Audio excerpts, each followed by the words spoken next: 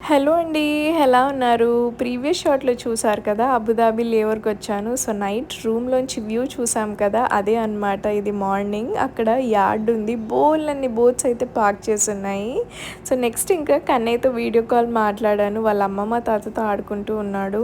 And కాసేపు rest తీసుకొని లేచి మధ్యాహ్నం ఇంకా రెడీ అయిపోయి స్మైల్స్ దగ్గరికి వెళ్తున్నాను. హోటల్‌లో స్టాఫ్ హెల్ప్ తీసుకొని క్యాబ్ బుక్ చేసుకున్నానండి. అండ్ ఇంకా స్మైల్స్ వచ్చేసి ఇక్కడ అల్వహదా మాల్ అని ఒకటి పెద్ద మాల్ ఉంటుంది. అందులో కిడ్స్ ప్లే ఏరియా ఉంటుందన్నమాట. ఆ ప్లే ఏరియాలో షెఫ్ అనమాట. సో ఈ మాల్కి అయితే నేను వచ్చేసాను. అండ్ ఇంకా నేనైతే రాంగ్ ఎంట్రన్స్ తీసుకున్నానండి. సో అది లోపలికి వెళ్ళాక రియలైజ్ అయ్యానమాట. సో చాలా నడవాల్సి వచ్చింది. చాలా పెద్ద మాల్. లక్కీగా అక్కడ హెల్ప్ డెస్క్ ఉంటే వాళ్ళని అడిగి అయితే వెళ్ళాను. అదిగోండి ఇంకా స్మైల్స్ అనమాట. షిఫ్ట్లో ఉన్నాడు అప్పుడు. సో ఇంకా బయటికి తీసుకెళ్ళాడు లంచ్కి. అరౌండ్ ఇంకా ఈవినింగ్ 4 అవుతుంది అనుకుంటా ఇండియన్ టైంలో. అప్పుడు వెళ్ళాము ఇండియన్ రెస్టారెంట్కి.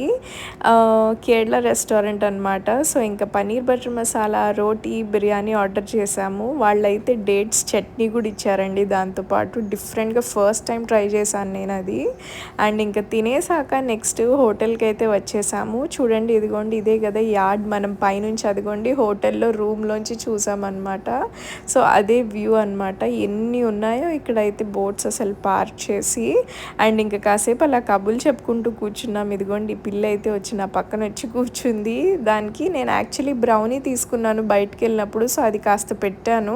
సో ఇంకా అది వచ్చి మా దగ్గరే కూర్చుందనమాట. అండ్ ఆ తర్వాత ఇదిగోండి బోలెడన్ని పిక్చర్స్ అయితే తీసుకున్నాము. అక్కడ లొకేషన్స్ చాలా బాగున్నాయి. సో అలా నియర్లీ 1.5 అవర్ కబుర్లు చెప్పుకున్నాక మళ్ళీ ఇంకో ప్లేస్లోనే హోటల్లో చెప్పా కదా చాలా స్పాట్స్ ఉన్నాయని.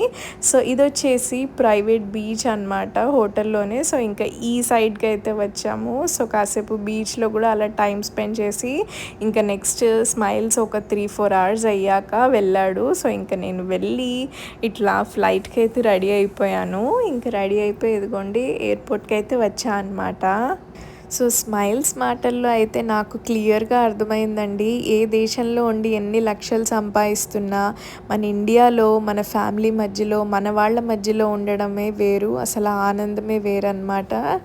సో ఇంకా అంతే కదా ఒక్కొక్కరికి ఒక్కొక్క పరిస్థితి.